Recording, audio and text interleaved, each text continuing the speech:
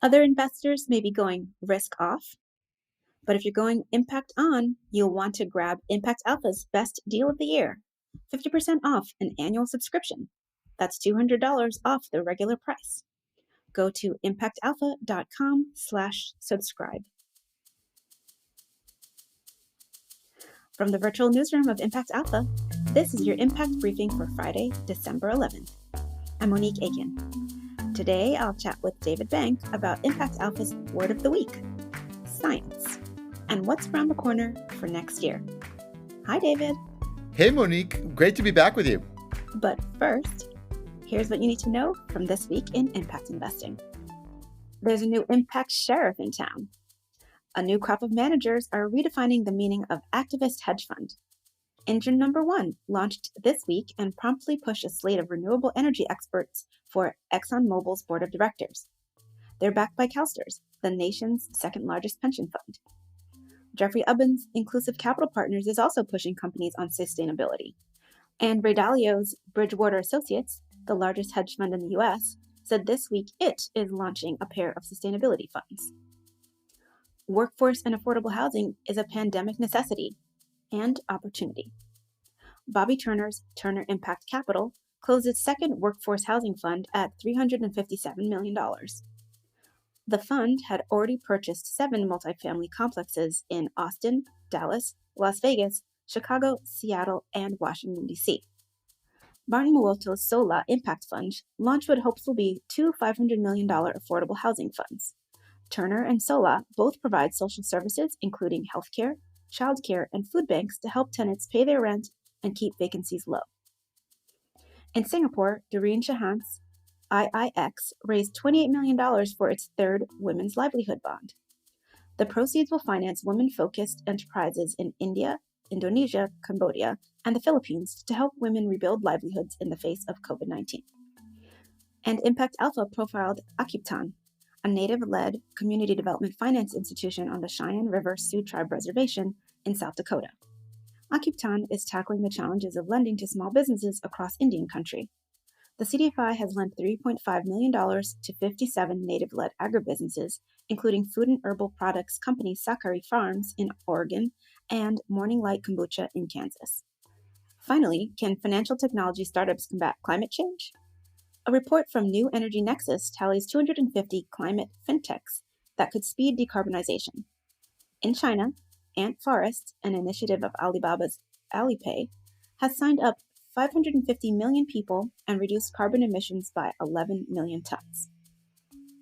You can read all of these stories and more at impactalpha.com. Earlier this week, 90-year-old Margaret Keenan received the UK's first COVID-19 vaccination. Several coronavirus vaccines are on their way to at-risk individuals and frontline health workers, just 11 months after the novel coronavirus was identified, a remarkable achievement. It's a triumph of basic science and the individuals that pursue it, often with little funding or recognition.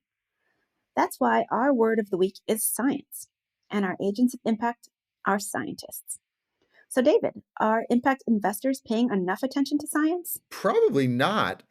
It's considered risky, it's capital intensive, and it's usually considered the province of government.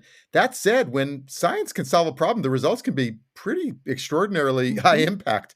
Vaccines are just, one example of that. The messenger RNA technology that these first vaccines are based on has been kind of a holy grail for immunologists for decades.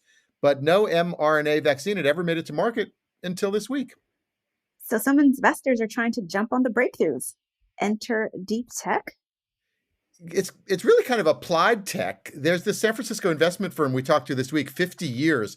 They're trying to bridge Silicon Valley kind of venture capital and impact investing by investing in deep tech or science that can put a dent in the UN Sustainable Development Goals.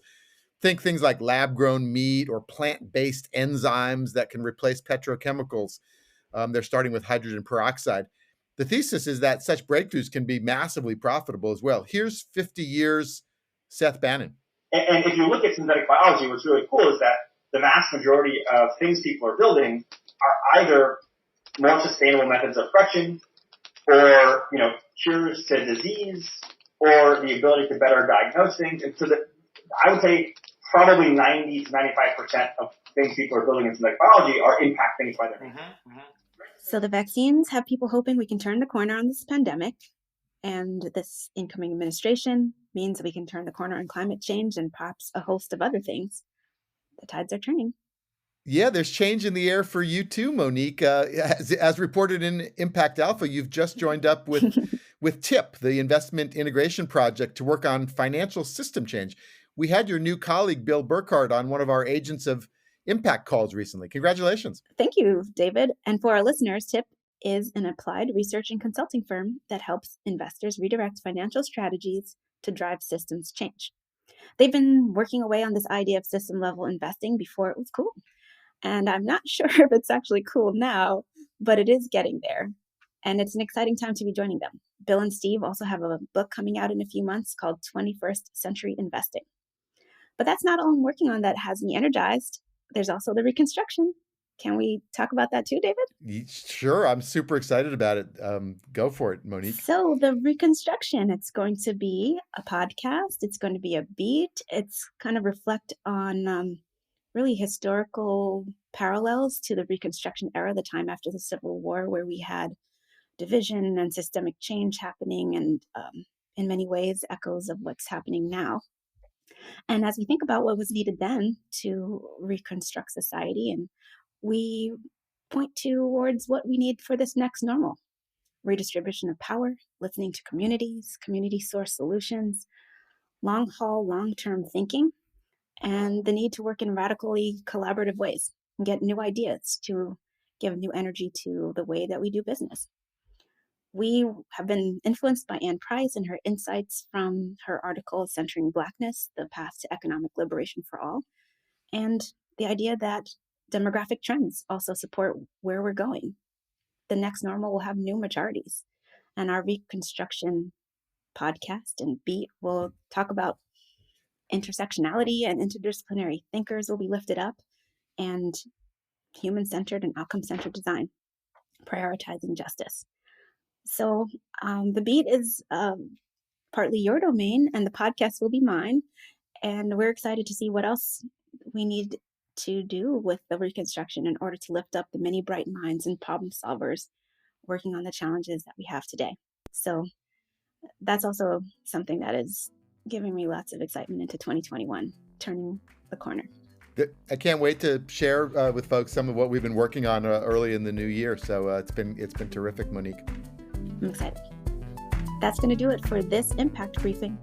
Brian Walsh will host next week, and I'll see you all again next year.